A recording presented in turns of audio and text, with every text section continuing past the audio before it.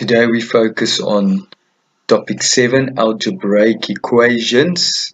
We are going to formulate, in other words, design and solve equations. So, exercise 7.1. Number 1, we have to write an algebraic equation for each problem, then solve it. So first we are going to formulate the problem as an equation, then we are going to solve it. Now, in the previous chapters or topics, we focus on algebraic expressions. Now, an algebraic equation is where we have an expression followed by an equal sign. And so on both sides of the equal sign we have an expression, like we might have on the left 3x plus 5 equals on the right 2x minus 7. Since there's an equal sign in between, we refer to an equation.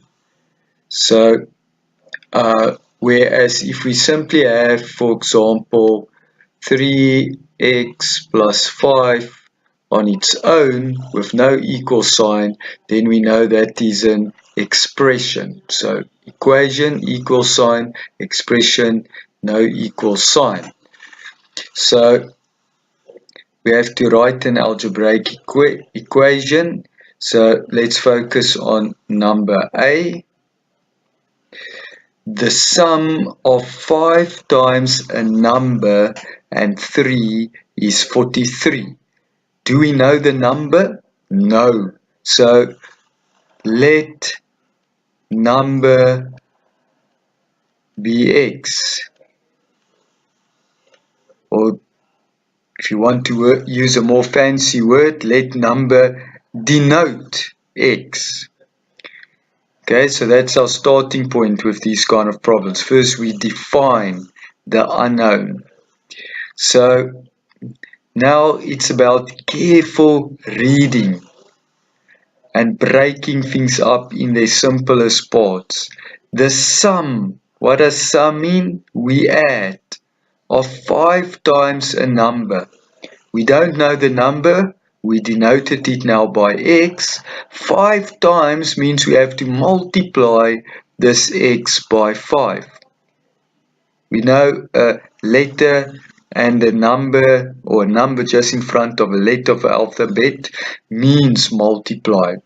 So we have multiplied. We want the sum. We want to add, therefore. So the sum of 5 times a number and 3. So what do we add? 3 is equal to 43. So now we did write an algebraic equation. Next we want to solve it. So now our strategy is we want the letters of the alphabet or the variables on the one side, and we want the numbers on the other side. So this plus 3 we now want on the other side. It though have to swim through the equal river. So if it swam through the equal river to join the other side, it was dry. Now after swimming it will become wet. So basically we have to change the sign from a positive to a negative. So we have 5x equals 43 negative 3. So now 5x is equal to 40. If we subtract 3 from 43, we have 40. But we don't want 5x, we want the number x. So currently we know number next to a letter of the alphabet means multiply. The coefficient in front of the variable means multiply. The opposite of multiply is divide. So to get rid of this 5, we will have to divide by 5 so that the 5s can cancel. But what we do to the left, we have to do to the right. So since we divided by the left by 5, we also have to divide the right by 5. So now x is simply 40 divided by 5, which is 8. We can always go and test if our answer is correct. This was not specifically asked, but I'm using it to illustrate. So then we are just substituting our solution back into the equation. So on the left hand side of the equation, we have 5, but now if the answer is 8, let's test it. Let's replace the x with 8. And then we still have to add 3. So now 5 times 8 we know is 40. We add 3, it is 43. And that's equal to our right hand side, because we know the right hand side is 43. So we can see 8 is therefore the solution of the equation that will work. So let's focus on number D next. So 54 subtracted from double a certain number is 12. We don't know the number, so let's denote number by x.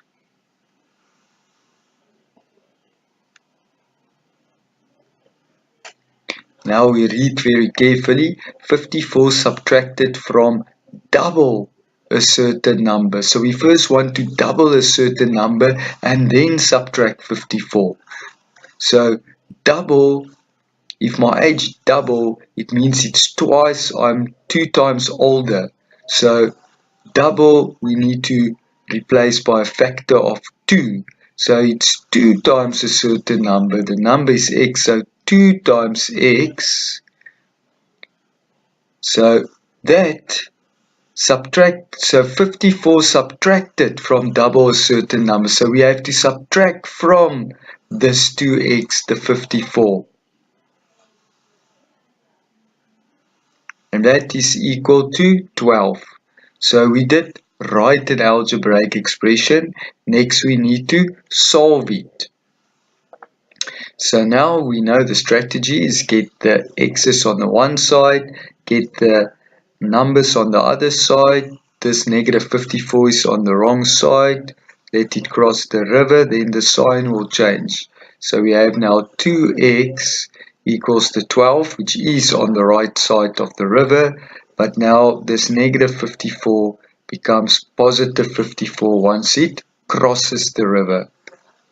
So now 2x equals 66. If we add 54 and 12, we don't want 2x, we want x. Currently we are multiplying the 2 by the x. The opposite of multiplying is divide.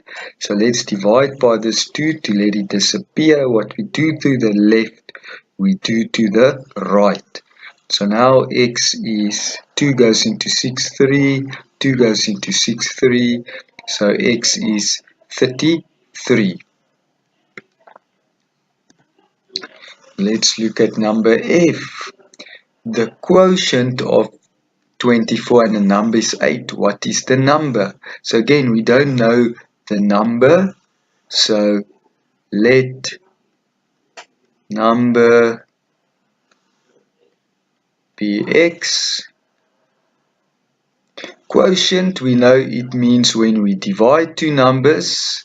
So the quotient of 24 and the number which we don't know, equals 8. Okay, so now we need to solve this equation. So I don't like fractions, so my strategy will be to get rid of this fraction. Currently we are dividing by x. To get rid of this x at the bottom, because I don't want fractions, I will have to multiply by x on the top. So as soon as I multiply on the top, the two x's will cancel. But now what I do to the left, I have to do to the right. So I have to multiply the 8 by the x. So now I have 24 equals 8x. But I don't want 8x, I want x. So I need to divide by 8 so that these 8's cancel and I only have x. But what I do on the right, I have to do on the left. So now 8 goes into 24 3 times. So therefore x is equal to 3. Number 2 requires that we need to find the value of the variable that make these number sentences true. So the first one, number C, we have 3c equals 69. Now, it doesn't say specifically what methodology you have to use. If in general you just have to find the number or the value, or you have to solve equation, you can use whatever method you want to. But sometimes they require that you solve through inspection. So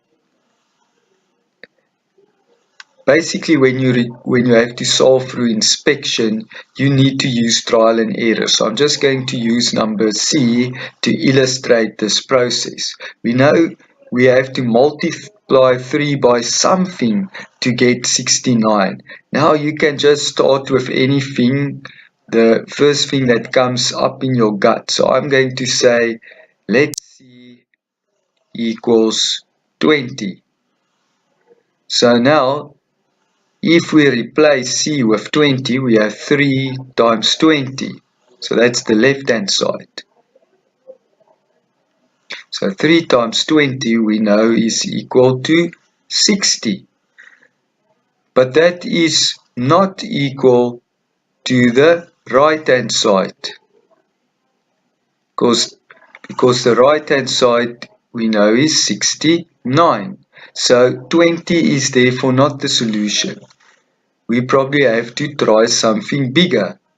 So let's try 23. Actually, let me try 24 just to illustrate this process. So I'm going to say let C equals 24. So now we have left-hand side equals 3 times 24. So 3 times 24, 3 times 20 is 60, 3 times 4 is 12, 60 plus 12 is 72. That again is not equal to the right-hand side, which we know is 69. We need to let these left and right-hand side match.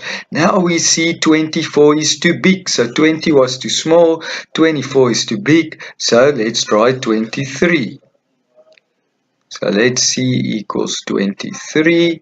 So now we can say 3 left-hand side equals 3 times 23, which is 69, which is equal to the right-hand side.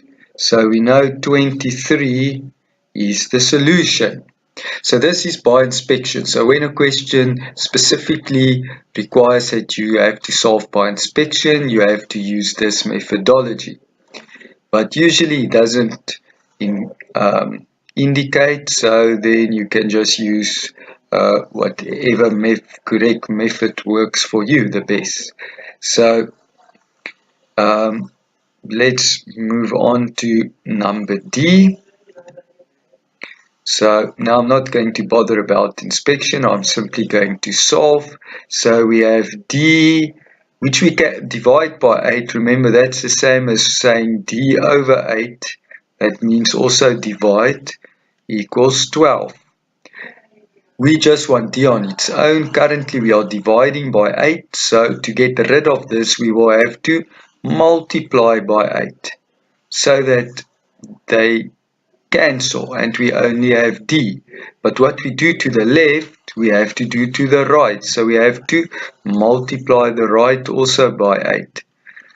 So 8 times 10 is 80, 8 times 2 is 16, 18 plus 16 is 96.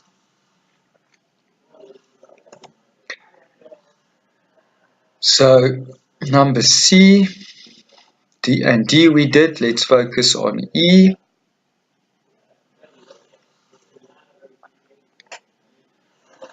So we have this equation.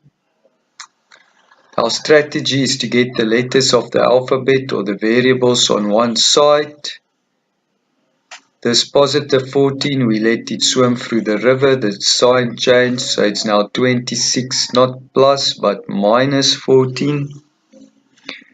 So 3e equals now 12. We don't want 3e, we just want e. So we have to divide to get rid of the 3's so that we only have e. But what we do to the left, we have to do to the right. 12 divided by 3 is 4.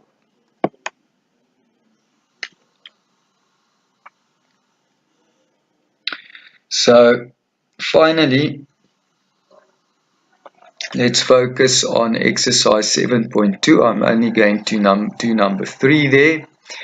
We have to write down an equation and calculate the volume of this cube. Okay, so a cube is a three-dimensional space because we have height, we have breadth and length. Okay, so we have height, breadth, length. So therefore we have to multiply all of those dimensions to get the volume. So volume we know is length times breadth times height. But since this is a cube, the length, the breadth and the height is all 3 centimeters. So you could also have said in this particular case, volume is the side to the power 3. So no matter which you use, you could either say, therefore the length is 3 centimeter, the breadth is 3 centimeter, and the height is 3 centimeter. So we just simply multiply them. Or you could have said that one side is 3 centimeter, and we simply take the cube of the side, which would give the same answer if you just use length, breadth, height, because 3 centimeter times 3 centimeter times 3 centimeter is nothing other than the cube of 3 centimeter.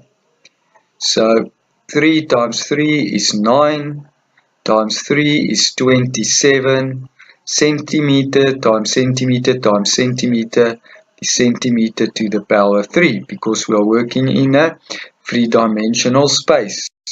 So volume will always be to the power 3.